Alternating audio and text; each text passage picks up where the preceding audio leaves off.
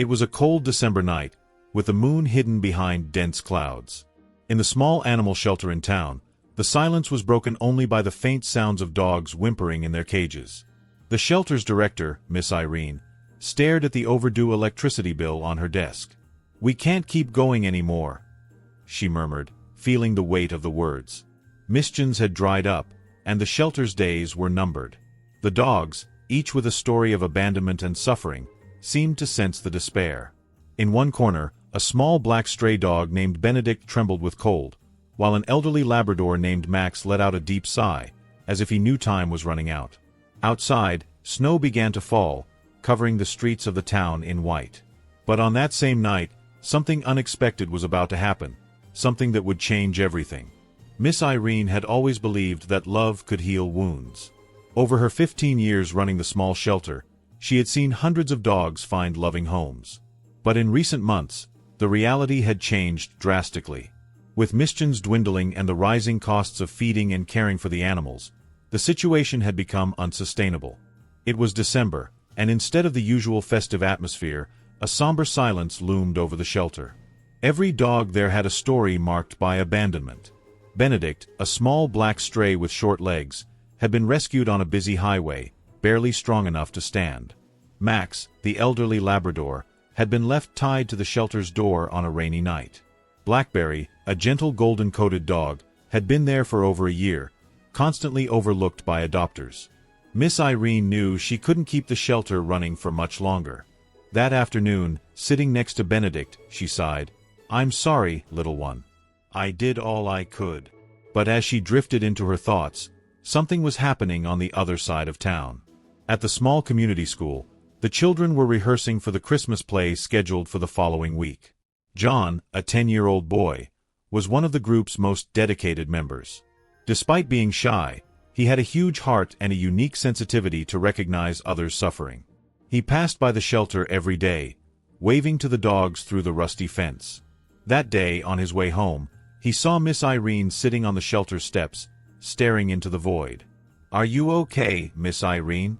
he asked, his backpack full of notebooks swaying on his back.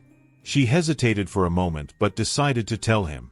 She explained about the overdue bills, the struggles to feed the dogs, and how the shelter would likely close before Christmas. John listened attentively, his eyes glistening with tears. But where will the dogs go? The question scared him more than he wanted to admit. Miss Irene didn't have the courage to answer. When John got home, he couldn't sleep. He thought about Benedict, with his sad eyes, and Max, who always seemed to be waiting for someone who never came. The next day, he told everything to his best friend, Letitia, a creative and resourceful girl. "We have to help," she said immediately. The two decided to share the situation with their teacher and the other classmates. That's when an idea began to take shape. They would use the Christmas play as a way to promote the shelter's dogs. In the following weeks, the school transformed into a true hub of creativity. The children, with help from their teachers, created colorful posters, each featuring a photo and the story of one of the dogs. Some mothers helped craft little Christmas hats and ribbons for the animals. Every detail was carefully planned to catch the attention of the families who would attend the event. Letitia was the most enthusiastic. She suggested that each child present the story of one of the dogs on stage, highlighting their unique qualities. Benedict would be described as a survivor who just wants a home, while Max would be introduced as a gentle giant with a heart of gold. Meanwhile, Miss Irene, who had initially been skeptical, was swept up by the children's enthusiasm.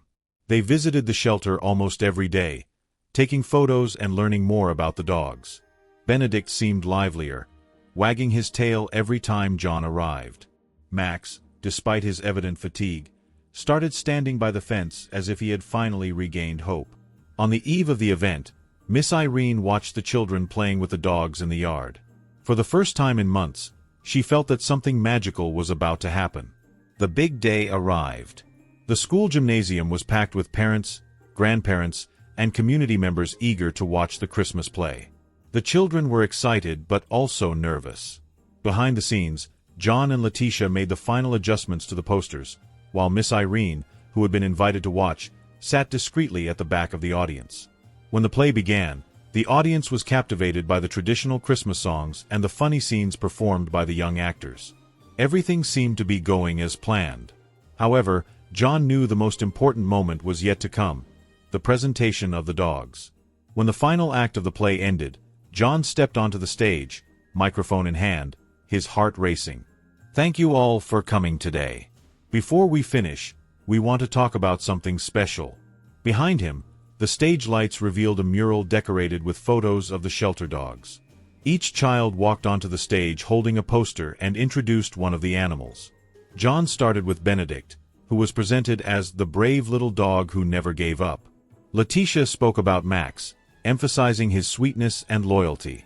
Other children shared the stories of Blackberry and the other dogs, each one filled with emotion. For a few seconds, the audience was silent. It was as if the reality of those stories had touched everyone deeply. But then, murmurs began to ripple through the crowd. "We already have a dog at home. Adopting now? Right before Christmas." From the back of the gymnasium, Miss Irene felt a tightening in her chest. The children had poured their hearts into this effort, but the audience seemed hesitant. A sense of failure began to grow. That was when John, with a glimmer in his eyes and a trembling voice, did something unexpected. He called Benedict to the stage. Wearing a red ribbon around his neck, the small dog was carried to the center, looking at the crowd with his bright, hopeful eyes. "This is Benedict.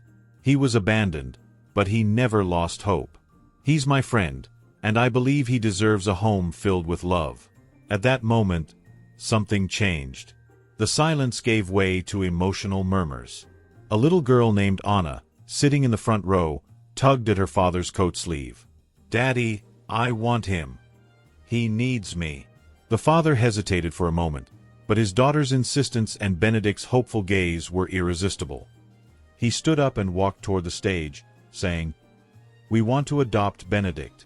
It was as if a spark had ignited the spirit of the audience. A woman in the back raised her hand and pointed at Max. "What about the old one? Is he still available?" Another couple stepped forward to ask about Blackberry, while a wave of emotion swept through the gymnasium. The children could barely hold back their tears of joy, clapping as one family after another approached to meet the dogs. Miss Irene, who had remained discreet until then, covered her face with her hands and cried. It was no longer despair, but a profound sense of relief that felt almost magical. After months of uncertainty, she finally felt that everything would be okay. Still, there were more dogs that needed homes, and time was running out.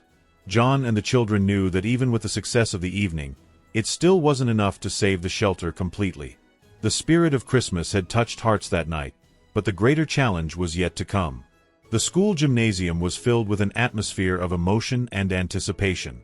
The audience, initially hesitant, was now beginning to respond to the children's heartfelt appeal. Benedict had found his home with Anna, and Max was on the verge of being adopted by a family enchanted by his story. But there were still other dogs waiting, and the children knew they couldn't stop there. Still holding the microphone, John took a deep breath and spoke again. "These dogs have already been through the worst. Many were abandoned. Some never even knew what it felt like to be loved. But all of them have one thing in common. They're ready to give endless love to anyone who's willing to open their homes this Christmas." The audience's emotions grew stronger, but Miss Irene knew that not all the dogs would be adopted that night. Even so, she could hardly believe what she was witnessing. People were actually standing up, asking questions about the dogs, and talking with the children. Blackberry, the golden-coated dog who had been at the shelter for over a year, caught the attention of a young couple who couldn't stop smiling at her. At that moment, Letitia, inspired by John, decided to bring another dog onto the stage. Thor, a large German shepherd who was often overlooked because he seemed too difficult to handle. Kneeling beside him, she spoke into the microphone. "This is Thor. He looks big and scary, but he's actually the gentlest dog you'll ever meet. All he wants is a chance. Just one." The girl's trembling voice was enough to silence the gymnasium once again. A tall man wearing worn-out boots and a farmer's hat stood up in the middle of the audience. He looked intently at Thor and then at Letitia. "I lost my dog 6 months ago. He was my companion on the farm, and the place has felt empty ever since he passed. I think Thor can fill that void." The applause that followed seemed to echo throughout the entire gym. Thor wagged his tail frantically, as if he understood that his life was about to change. With every adoption announced, the children cheered, and even families who had initially hesitated began to soften. A father who had commented earlier that his house was too small for a dog was finally persuaded by his youngest daughter to take home Pingo, a playful puppy with white and black spots. However, at the back of the stage, there was still one dog no one had mentioned yet. Acorn, a mixed-breed dog with crooked legs and plain brown fur, watched the commotion with little expectation. He had been at the shelter for so long that it seemed he had given up on ever finding a family. It was Miss Irene who decided to take the next step. She picked up Acorn in her arms and walked to the center of the stage, saying, "This here is Acorn. He may not be the prettiest or the fastest, but he has a huge heart. He's been waiting for a chance for a very, very long time." The silence that followed was broken by a soft voice in the audience. "I want him." An elderly woman, with white hair tied in a bun, stood up, leaning on her cane. Her eyes sparkled as she slowly walked toward the stage. "I live alone since I lost my husband. I think the two of us can keep each other company." Miss Irene couldn't hold back her tears. With Acorn nestled in the woman's arms, she knew that every dog adopted that night not only found a home but also transformed the life of the person who welcomed them. The gym erupted in applause as the last families asked questions about how they could help the shelter and adopt more dogs. Yet, despite the excitement in the air, one question lingered. Would the shelter have a future? The children and Miss Irene, overwhelmed with emotion, looked at each other. Something special had happened that night, but the work was far from over. On Christmas morning, something extraordinary happened. Miss Irene received an unexpected phone call. All the families who had adopted the dogs wanted to share photos and messages. Max was lying in front of a fireplace with two small children snuggled up to him. Benedict, now with a bed all to himself, slept peacefully beside Anna.